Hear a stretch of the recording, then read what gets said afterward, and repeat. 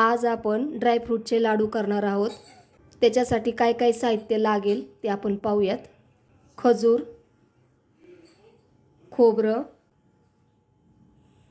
काजू, बदाम, मनुके, पिस्ता, खसखस आणि विलायची।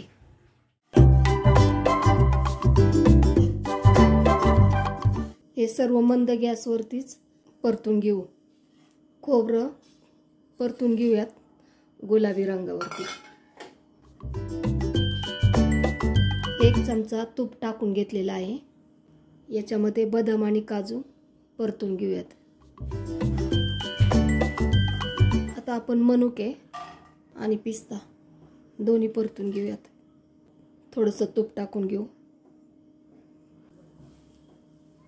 आता आपण खजूर परतून घेऊयात।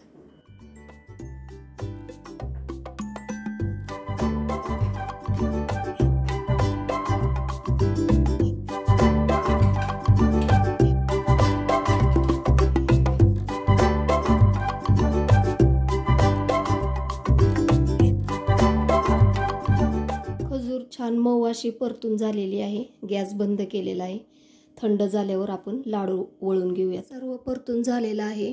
स्वादानुसार विलायची टाकून घेऊ। हे सर्व मिक्स करून घेऊया।